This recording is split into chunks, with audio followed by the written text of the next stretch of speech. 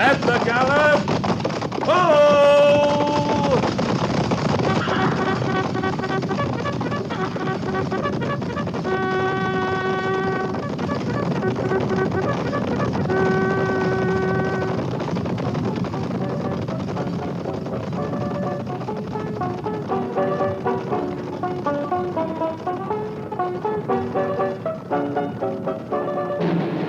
Fort Laramie.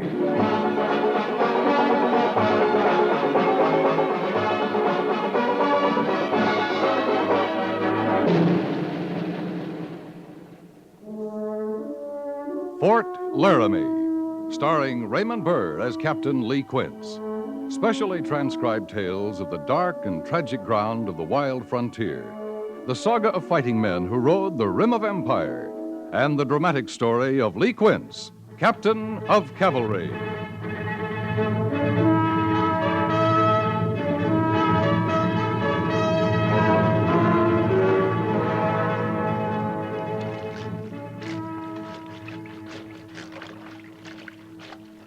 I never seen the sense of it.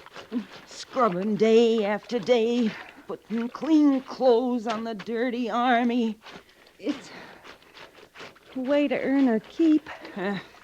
Every woman marries a man earns a keep. Night and day, it's all earning. Not today, Ess. Don't start on that talk again today. Now, I plumb forgot about your delicate condition, Stella Merchant. I need be minding my manners more. It's just I ain't used to running into royalty on Soapsuds Row. Honest, I ain't. I didn't mean to start you off, Ess. I'm sorry. Sorry, are you? Well, you're sorry looking, I'll say that for you. Another day or two, and you won't be able to stand in the same room with your washboard. All right, Ess, all right. There's a wash tub now, you are. Couldn't you just be quiet? Think what you will, but keep it to yourself. Enjoying yourself, ladies? Having a fine social hour, are you? Oh, Fanny, it's her. Look at her. Can you tell by looking she's a regular queen? I'm doing the best I can. If you'd let me be, if you wouldn't go at me so much... Now, you listen to me, Stella Merchant, and hear what I say. Fanny, don't. Don't shake me. I'll do what need be. You're not earning your pay. Now you get some elbow grease behind that scrubbing or I'll send you packing with no pay for the month. You wouldn't do that, Fanny. We need the money with the baby coming. We need every cent, Fanny. Then earn it. Scrub. That's the way you get money around here. Please, Fanny.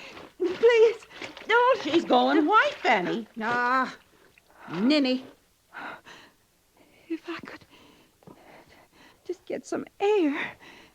Just a little air. Well, now, a little air. That's what she'll have, Fanny. Right before our eyes. You don't get her out of here. All right, Stella. Grab a hold one side this clothes basket. You'll get all the air you need hanging clothes outside. I said grab a hold. All right.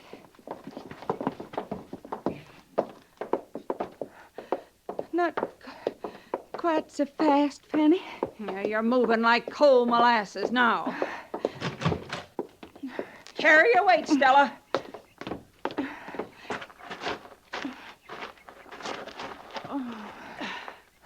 Yeah. Pity they ain't some nice shade trees for you. Maybe a hammock. Ain't you the shape for a hammock, though? Oh, maybe I shouldn't try. I thought I could work right up to the very day the baby came. Other women do. You ain't other women. You've no cause to talk to me like you do, Fanny. You and S. I never give you cause. You never give me nothing but an awful bellyache. Combing and bathing and making pretty for the men. For my man, Fanny. That's it, is it?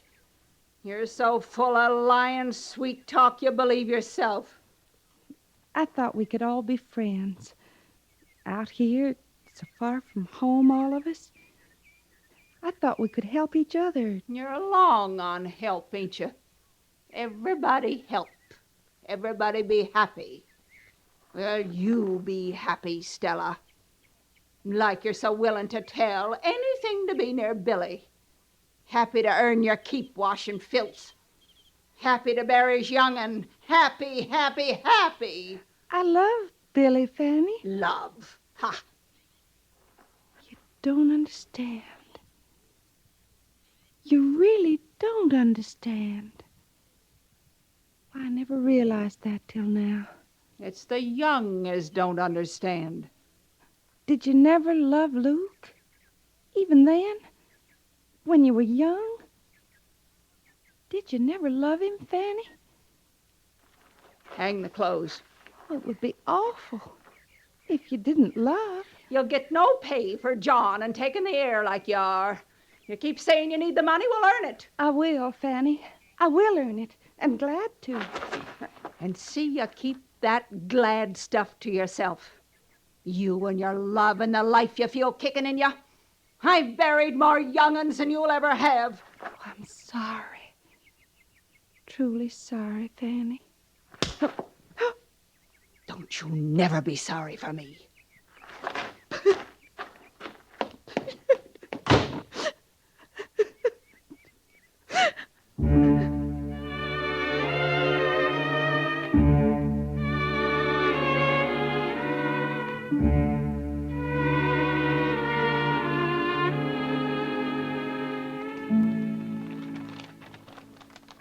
We followed the Laramie all the way till it cut through the range there. We left it and went cross-country, west and north, to a point about here. It's almost to Medicine Bow River. I think their main camp's on the Medicine Bow. But you ran into other camps along the way? Mm-hmm. Old camps, Major. Yeah, the information you got from the settlers in the area would point to that. No Cheyenne in their vicinity since last fall. Isn't that the word? And no Army patrol since last fall. That follows? To me, it does. The settlers have spent the winter in peace since the Cheyenne ran off their horses last fall. The cavalry sends out one small patrol in the late spring, and the Cheyenne mysteriously reappear. But not in numbers. All right, Cheyenne scouts, 8 of them. You could have killed them at any time you were following them. Yeah, just about. Only they were leading us, Major. There's a difference. Only because you were willing to be led. That was our business, reconnaissance. You don't kill 8 scouts who are leading you into a trap. Of course you don't.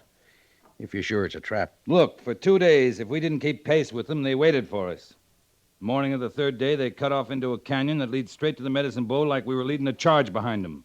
I know an ambush when I see one. And you don't ride into them with 10 men behind you. I don't ride into them with a company behind me. All right, Captain. I'm sorry, Major. We rode all night. You rode all night for 3 nights. I know that, Lee. I want you to get some rest. I'd like to finish my report, sir. It can wait till morning. I don't think so. All right, Lee. Let's get it all said. I don't like it this way, but one of us has to get a good night's sleep. I'll sleep fine, Major. I will, too, once this is over. Now, from your report, you seem convinced the Cheyenne have their main camp on the Medicine Bow.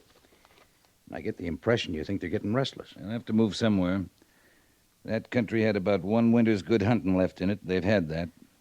If they haven't raided since fall, you're right. We could stop them before they start. They'll move north, maybe as far north as the Montana Territory. Why not south? Other tribes, Utes, Apaches. The Cheyenne would rather face the white man. I know. Now, you're bleeding me pretty dry, Major. How's that?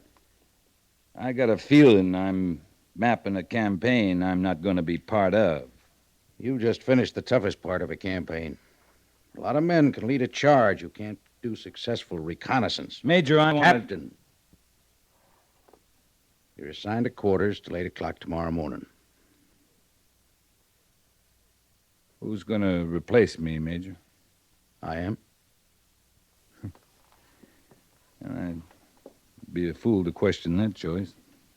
Yes, you would. That's all, Captain. Dismissed. Yes, sir.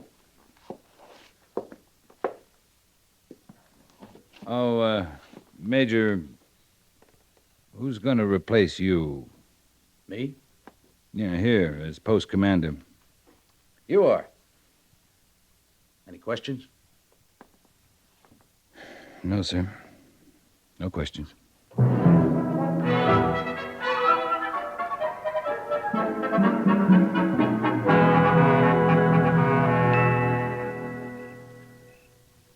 You can't see by that light, Stella.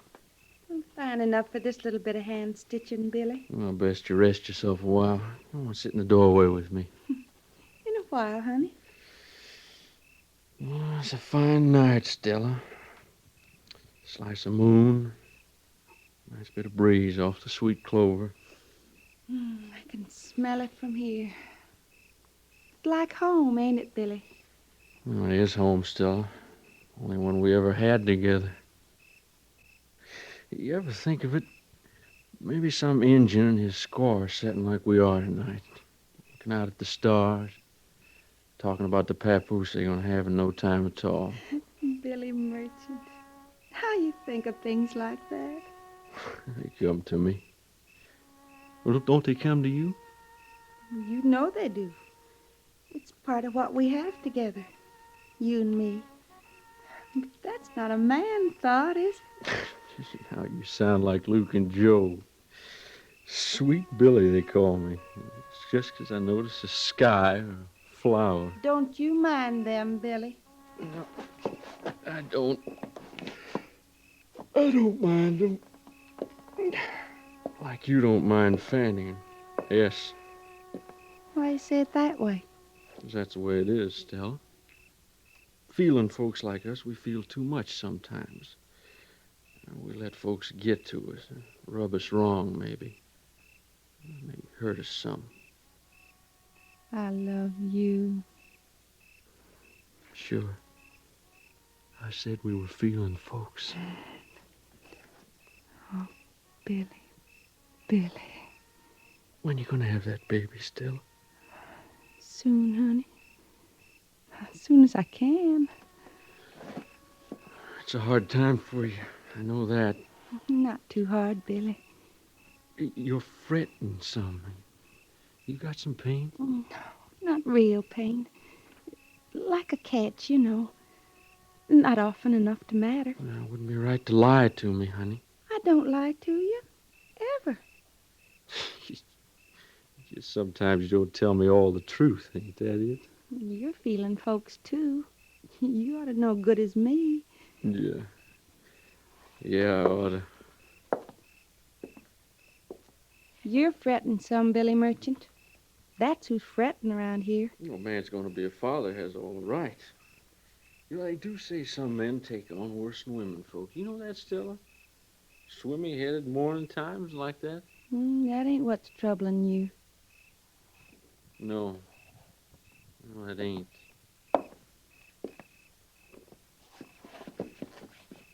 No, it sure ain't. How many times I asked you to give up your work at the laundry? You mean how many times today you ask me? Yeah, and always you tell me it's what you gotta do, no matter what. It is, Billy. It's the same with me, Stella. I got my work to do, no matter what. Now then, I ain't asked you to give up being a trooper. I declare I don't know what B Company'd do without you. I ain't drawed nothing but garrison duty for more than a month now. I just ain't gonna last. Billy, On stable detail today, we were sure readying those mounts for something more than a parade ground, Stella. you got orders to move out? No, ma'am. No, but Captain Quince's patrol come back on the post today. And when reconnaissance comes back, we just gotta be moving out. Be nice if you's wrong, Billy. We gotta face up to it, Stella. You might just gotta have that baby without me. I sure never planned that way. If it had to be, would you want to try to make it back home? To my ma? Sure. Why, Billy Merchant. That'd take every cent we own and then some. I ain't thinking of that. Well, then you think about it right now. Only don't take the bother. If they was money, they ain't time. Stella, I want to be with you more than anything I could name. But I can't ask the favor of a leave. You understand that? You got your work to do, Billy. No matter what.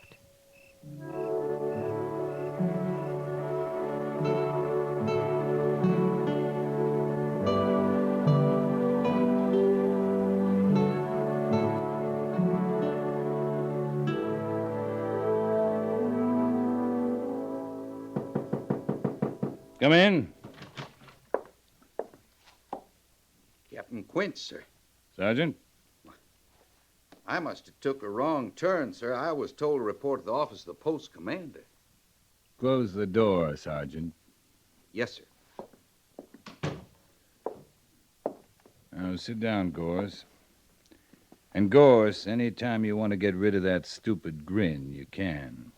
Yes, sir. Well, you look powerful big behind that desk. Yeah, too big for the desk. Maybe too small for the job. You'll do what you gotta do, Captain. I was thinking more that we'd do what I gotta do, Gorce. You was. Major Daggett tells me that Sergeant Pearson takes a big load off him sitting at that desk outside. Well, he ain't sitting out there now. And he's getting his equipment together, fixing to move out with Major Daggett after reveille tomorrow morning. Captain Quince. He'll need a good briefing, Sergeant Pearson will. Well, I'd like to volunteer to... Good. That saves me an order, Sergeant. To go with B Company as a special scout. And when you've finished briefing him, he can fill you in on the details of his desk job. One of us ain't listening, Captain. It's a side of the Army we don't know much about, Gorce. Time we did. You being in charge and all, you think you could arrange a quick transfer for us, maybe the infantry? Better find Sergeant Pearson. Tell him all you know. Yes, sir. Now, that'd be my job, wouldn't it? Till we get swinging doors. Guess it is.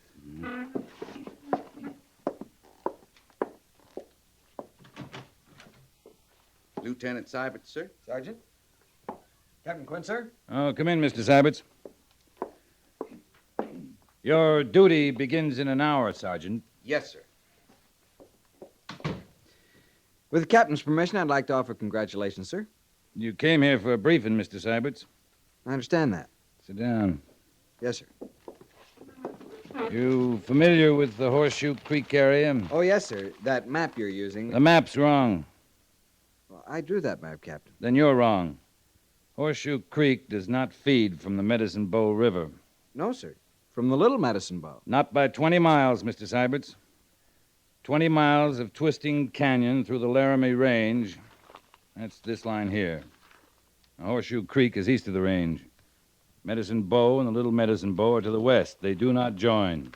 Well, they must have once, sir. It's like a riverbed all through the floor of that canyon. They didn't join last fall when you drew this map. You mean the waters didn't join, the riverbeds did? Mr. Seibert's a cavalry company moves with water. Water points a course of travel, a campsite. I know that, sir. Do you? Captain Quince, that's the first country I ever charted, the first map I ever drew. Well, It's not an excuse, sir. sounds like one, Mr. Seibert's. What I mean, seeing it was my first real attempt and all, I never thought that we'd be using that map to campaign by. We're not. That's good. You bet it's good, Mr. Seibert's. Good and lucky. I pulled this map out of the Major's files last night to study it. I spent the rest of the night drawing up a proper map. Here, Mr. Seibert's. You tear it up. Thank you, Captain. Don't thank me. Remember it. Remember it good. And then forget it. Captain Quince. I've already forgotten it, Mr. Seibert's.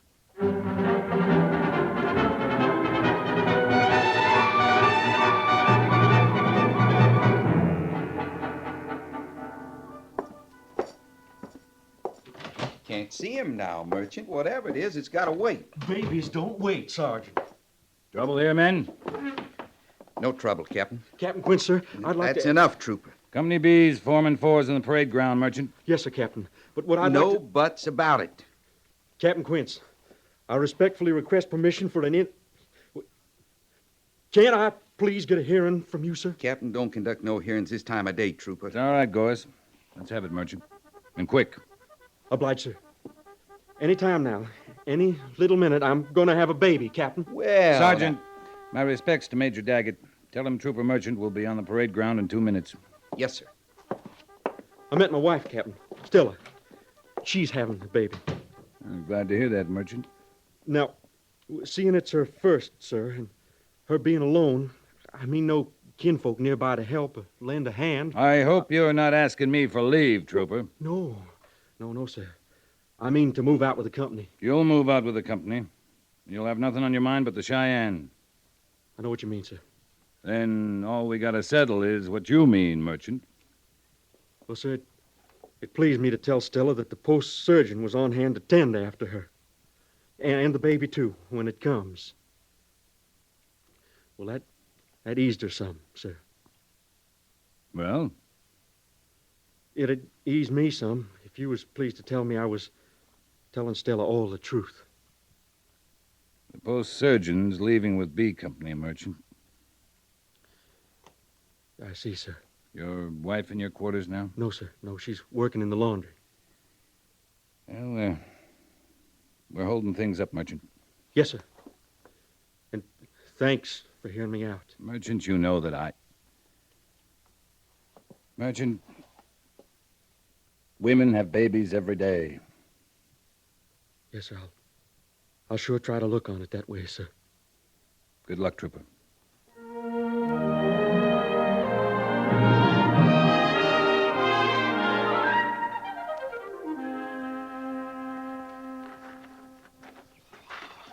Look at that Luke. Never was a man so glad to leave his woman. There's one is glad, right next to him. Joe, beaming and smirking, grates on my nerves sometimes, seeing they'd rather face engine arrows than us. And I ain't grieving none myself. Luke's been home a month. A good month. Good and long, that's a fact. I know what you're thinking, Ass. Oh, you sure? You'll be to yourself. All to yourself. That's pure blessing. You know it is, Fanny. Oh, they haven't gone yet.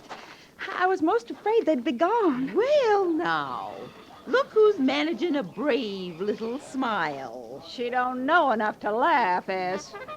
Hair no mine. I don't see Billy. Could you just point out Billy to me? Use your young eyes. No matter you don't see him. He couldn't stand a chance of missing you, popping clean into the parade grounds the way you are. Could be your sweet Billy's in trouble. He was late for formation. And he come out of headquarters with Captain Quince himself. You can't fret me, Fanny. Say what you will, the two of you, you can't fret me. There ain't nobody can fret me no more. There they go.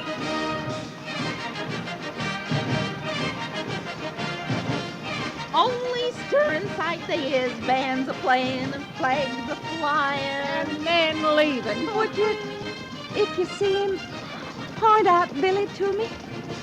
I declare I can't see him yet. Well, you're not likely to yet. Them's officers up front. Major Daggett and that Lieutenant Seibert. Who's that other one riding atwixt 'em? Well, I declare that's Major Trucks.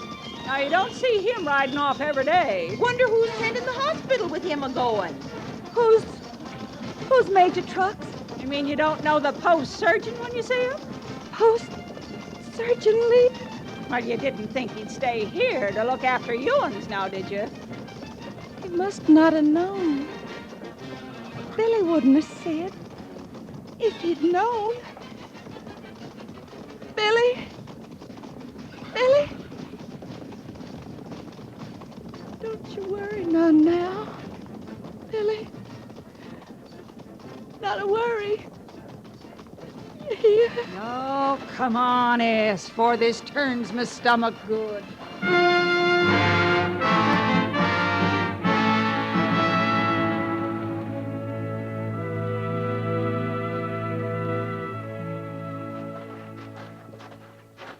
I'll get the door for you, Captain. You sure this is where she lives? It's Merchant's, all right.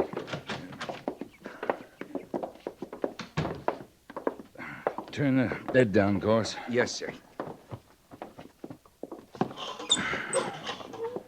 It's a mite stuffy in here. I'll get that window. And some water, Gorce. She's limp as a rag. Yes, sir.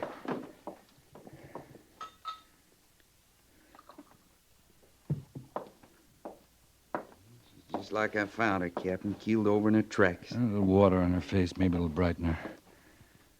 breathing quiet enough. Too quiet, Captain? I don't think so.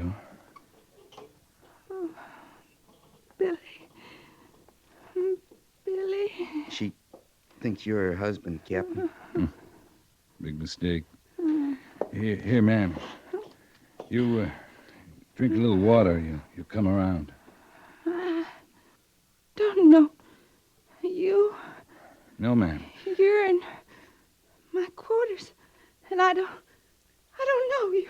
No sense giving her a fright, Captain. I'll just go along. You leave me, Gorce. I'll throw you right in the stockade. Yes, sir.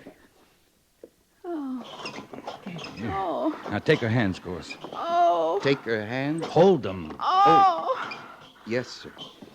Oh, I guess. You know, I'm gonna have a baby. I guess you're about as right as you can be, ma'am. Oh.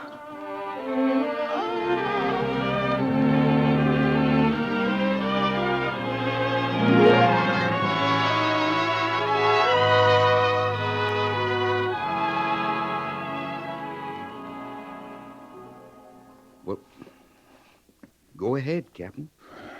Go ahead and what? Hit it. Hit it. It's a girl. No matter. You're supposed to hit it one on its sit-down. That's right. It's the first right move we made. Now, don't cry, little girl. Don't you cry. You'll wake your ma. Don't worry, Gorce. I don't think her ma'd mind.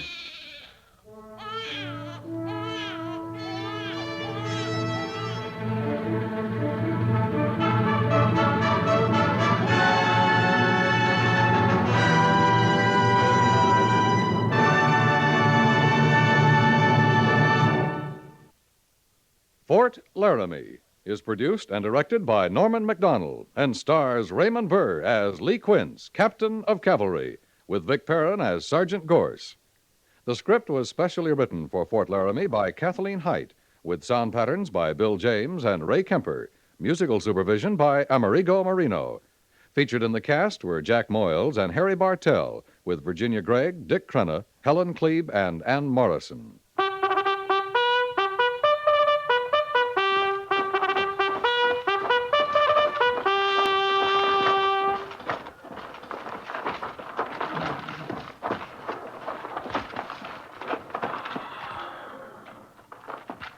Company, tension! Dismiss.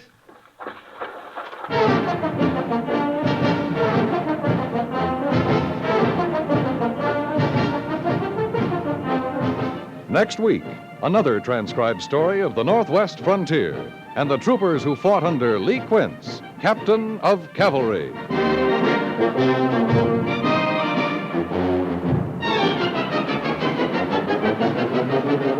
Sitting ducks are supposed to be targets for trouble. Your car is a sitting duck and yourself a target for trouble when you park carelessly. These days, problems of finding a parking place lead some drivers to attempt parking in spaces that are too small. They leave parts of the car exposed, jutting out into traffic lanes. As a result, another car swerving or coming around a corner can smack into the exposed front or rear end. Double parking, along with all the frustration it can cause, also increases the hazard of this kind of accident.